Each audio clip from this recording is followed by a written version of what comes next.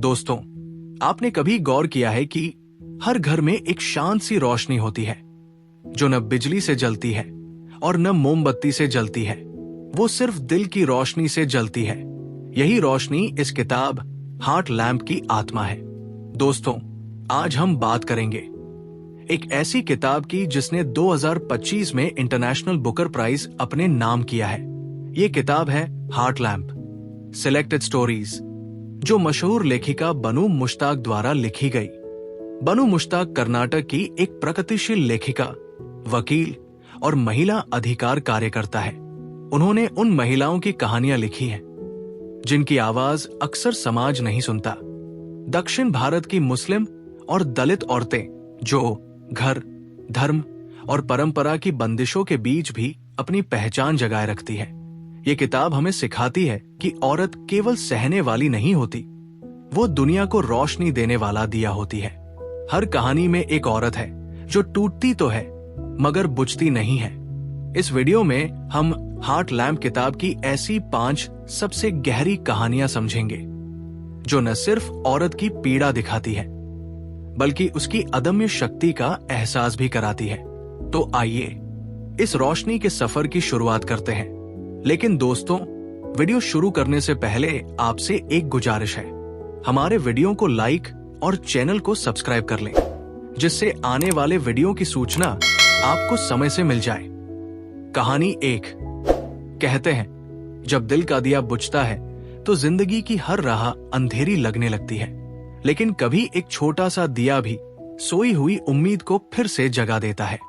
बनू मुश्ताक की heart lamp की पहली और केंद्रीय कहानी भी ऐसे ही एक दिए की है जो बुझते बुझते फिर से जल उठता है। कहानी की नायिका का नाम मेहरून है।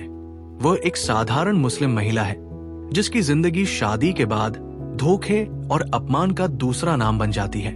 उसका पति कभी उससे प्यार किया करता था, पर अब वो झूठ, हिंसा और बेवफाई में डूब गया है।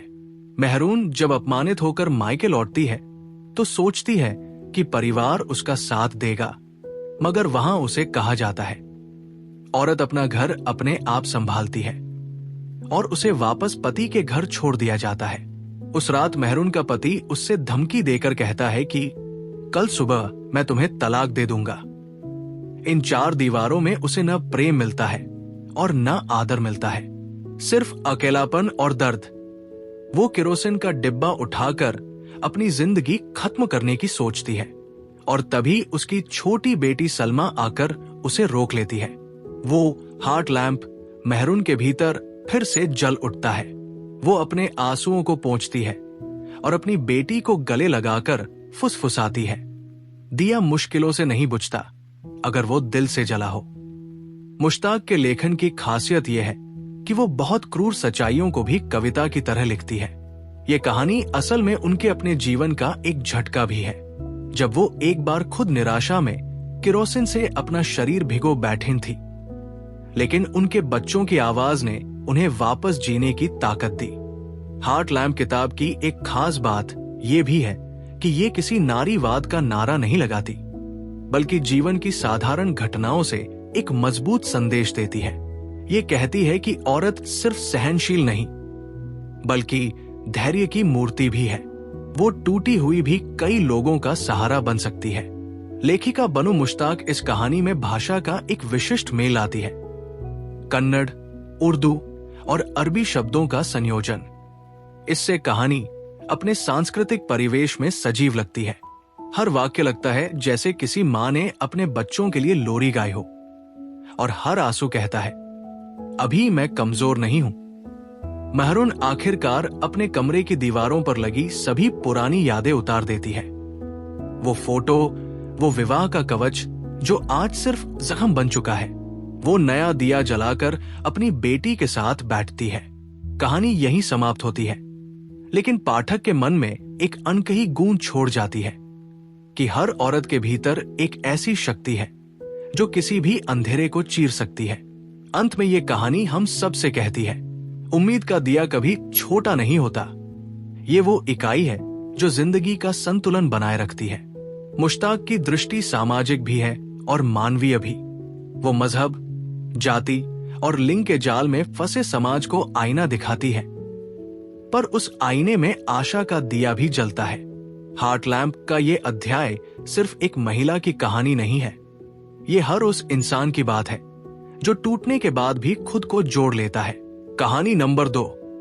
ये कहानी हार्ट लैम्प संग्रह की सबसे भावनात्मक और दार्शनिक कहानियों में से एक है, जो एक महिला के ईश्वर से संवाद के रूप में लिखी गई है। ये कहानी किसी वक्तव्य की तरह नहीं, बल्कि एक प्रार्थना की तरह आरंभ होती है, जहां नायिका सीधे भगवान से कहती है, हे ईश्वर, एक बार तो औरत बनकर देखो, फिर समझोगे कि जिंदगी के बंधनों में जीना कैसा होता है।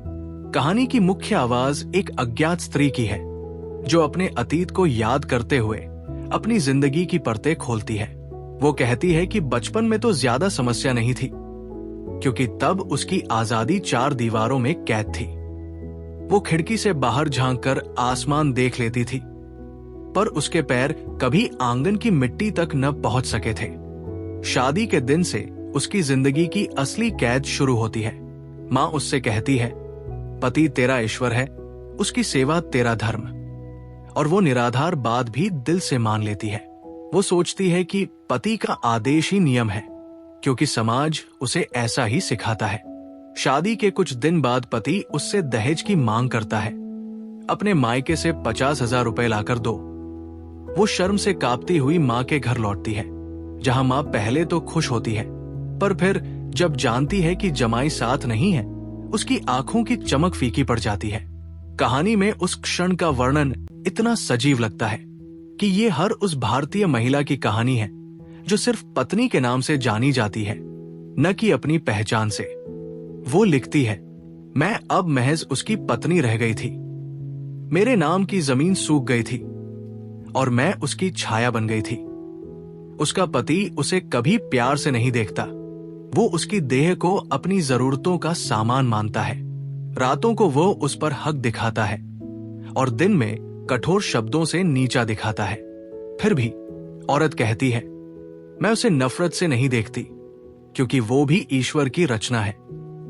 यही वो अद्भुत मानवीयता है जो बनू मुश्ताक की लेखनी को अलग बनाती है। कहानी के मध्य भाग में लेखिका औरत की मनोवैज्ञानिक स्थिति का विस्तृत चित्रण करती है। वो कहती है, मैं उसकी छाया थी, पर छाया भी सवाल पूछना चाहती है। उनकी कलम पत्नी की आत्मा के भीतर चल रही लड़ाई को बेहद सूक्ष्मता से दिखाती है। कहानी के अंत में नायिका भगवान से फिर कहती है, प्रभु, तुमने धरती, आसमान, पेड़, नदी, बारिश सब कुछ बनाया, पर औरत के दिल में खुशी का एक कोना क्यों नहीं रखा? ये प्रश्न कहानी का सबसे जोरदार क्षण है। यहाँ कोई उत्तर नहीं मिलता, क्योंकि खामोशी ही इस कहानी का उत्तर है। लेखिका मुश्ताक उसी खामोशी में औरत की लाखों अनकही आवाजें भर देती है। इस कहानी की सबसे बड़ी ताकत उसका संवेदनशील लहजा है। ये शिकायत भी है और भक्ति भी, ये इंकार भी है और आदर भी। ये कहानी सही अर्थ में स्त्रीत्व का मर्म समझाती है। औरत भगवान की सबसे खूबसूरत रचना है, जिसे समाज ने नियमों की जंजीरों में छिपा दिया। लेकिन अगर कभी वह दिया उठकर खुद जल उठे, तो पूरा आसमान रोशन हो जाए। कहानी 3, रेड लुंगी। बनू मुश्ताक की किताब हार्ट लैम्प की सबसे गहरी और व्यंग्यात्मक कहानी है। ये कहानी एक ऐसे धार्मिक रीति रिवाज के लोगों की विचित्र सोच, आडंबर और गरीबी के मुकाबले उनकी संकीर्णता को बेनकाब करती है। कहानी का केंद्र है रजिया बेगम, जो एक धनी मुस्लिम परिवार की स्त्री है। उसका घर गर्मी की छुट्टियों में चिल्लाते, भागते, नटखट बच्चों से भरा पड़ा है। वो उनके शोर से पागल सी हो गई है और सोचती है कि इन शैतानों से किस तरह शांति पाई जाए। विचित्र तरह से उसे एक धार्मिक बुद्धि आती है। वो फैसला करती है कि खतना का समारोह कराना सबसे बेहतर होगा, क्योंकि उससे कुछ दिन तक बच्चे शांत रहेंगे। रजिया निर्दोष पर कटाक्ष युक्त ढंग से इस पूरे क्रम की तैयारी शुरू करती है। वो बाजार से लाल कपड़ा लाती है और 6 लड़कों के लिए लुंगी सिलवाती है। हर लुंगी पर सिक्विन, सुनहरी जरी और झिलमिलाहट के निशान होते हैं। बच्चियां इन लुंगियों को सजाने में मदद करती है। क्योंकि कितने सालों से घर की औरतें ऐसे समारोह को धार्मिक पुण्य मानती आ रही है। रजिया बेगम जब इन 6 लाल लुंगियों को तैयार कर लेती है तो पूरा घर सजावट और तैयारी में लग जाता है। महिलाएं मिठाइयां बनाती हैं, बच्चे उत्साहित हैं, पर किसी को इस बात का एहसास नहीं कि ये पूरा समारोह असल में रजिया की मानसिक शांति पाने की योजना का हिस्सा है।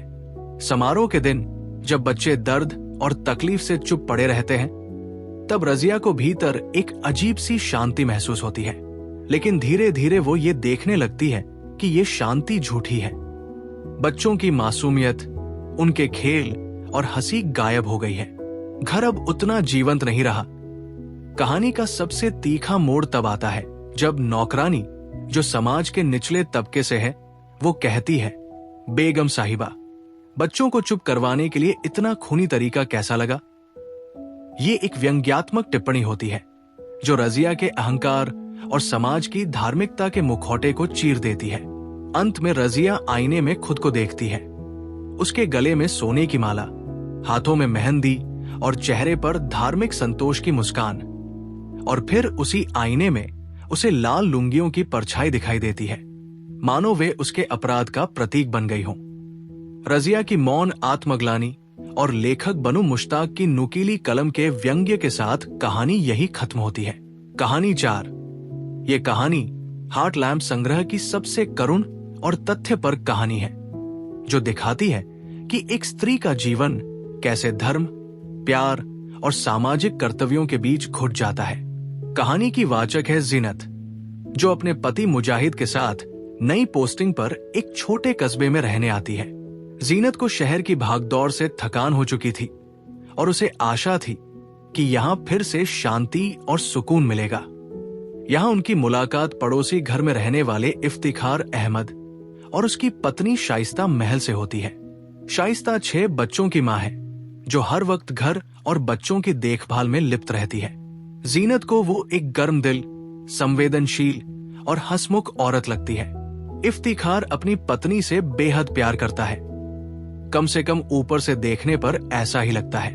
वो अक्सर कहता है, शाइस्ता मेरी जिंदगी की सांस है। पर मुश्ताक की लेखनी जानती है कि ऐसे अल्फाज कभी बनावटी भी होते हैं। जीनत और शाइस्ता में धीरे धीरे गहरी दोस्ती हो जाती है। शाइस्ता अपनी बेटी असीफा की शिक्षा को लेकर बहुत सजग है। वो चाहती है कि उसकी बेटी पढ़े और आजाद सोचे, लेकिन इफ्तिखार के परिवार में ऐसी इच्छा विद्रोह मानी जाती है। जीनत हर बार शाइस्ता को हौसला देती है, अगर बेटियां सिर्फ घर तक ही सीखेंगी तो दुनिया कौन बदलेगा। जिंदगी एक अजीब संतुलन पर चल रही थी। शाइस्ता प्यार में बंधी थी, मगर उसकी थकावट भी हर दिन बढ़ रही थी। 7वीं बार गर्भवती होने पर वो बेहद कमजोर हो गई थी। जीनत उसे सलाह देती है कि अब रुक जाना चाहिए, क्योंकि औरत का शरीर भी इज्जत से जीना चाहता है। शाइस्ता डॉक्टर से ऑपरेशन कराने का निर्णय लेती है ताकि अब और गर्भधारण न हो। इफ्तिखार पहले तो मना कर देता है, पर फिर अगर मेरी शाइस्ता का जी इसी में है तो मैं क्या कहूं, ये कहकर वो राजी हो जाता है। लेकिन जैसे मुश्ताक की कहानियों में अक्सर होता है, यहां भी जिंदगी अपने अन्यायपूर्ण रूप में सामने आती है। ऑपरेशन के दौरान शाइस्ता की हालत खराब हो जाती है। घंटों बाद जीनत को पता चलता है कि शाइस्ता अब इस दुनिया में नहीं रही। वो एक बेटे को जन्म देकर खुद मर गई। उसके घर में चारों तरफ खामोशी छा जाती है।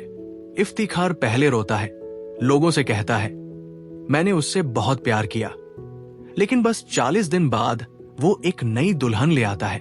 जीनत ये देखकर अंदर से टूट जाती है। वो इफ्तिखार से कहती है, अपने प्यार को इतना सस्ता मत बनाओ। शाइस्ता के दिए की लौ अभी तक बुझी नहीं है। कहानी का शीर्षक स्टोन स्लैब्स फॉर शाइस्ता महल सिर्फ उसकी कब्र के पत्थरों की तरफ इशारा नहीं करता, बल्कि उन रीति रिवाजों और परंपराओं की तरफ भी है जो महिला की आवाज को हर बार पत्थर की शिलाओं से ढक देते हैं। मुश्ताक ने इस कहानी में स्त्री के प्रेम, कर्तव्य और मातृत्व की सीमाओं को बहुत सुगठित तरीके से उकेरा है। शाइस्ता को हमेशा कहा गया कि तुम्हारा जीवन घर और बच्चे हैं, पर कभी किसी ने ये नहीं कहा कि तुम्हारा मन भी महत्व रखता है। कहानी के अंत में जीनत कब्र पर खड़ी होकर कहती है, पत्थर तो कब्र ढक सकते हैं पर सच्चा प्यार नहीं छिपा सकते। और यहीं से कहानी पाठक के दिल में एक अदृश्य आंच छोड़ जाती है कि शाइस्ता की मौत सिर्फ एक व्यक्ति की मौत नहीं थी, बल्कि उस हर औरत की मौत थी जिसकी कहानी घर की दीवारों में दम तोड़ देती है।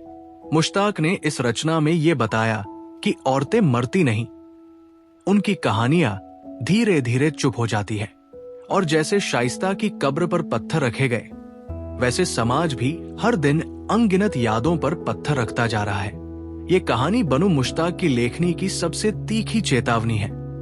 औरत की कहानी को मिट्टी मत दो, क्योंकि वो ही जमीन की आवाज है। अगर आपको भी ये वीडियो महिला शक्ति, साहस और सच्चाई की इस ज्योति को महसूस करवा सका हो, तो दोस्तों इसे लाइक करें, शेयर करें और हमारे चैनल माय बुक जर्नी को सब्सक्राइब जरूर करिए, ताकि ज्ञान और प्रेरणा का ये दिया हर दिल तक पहुंच सके।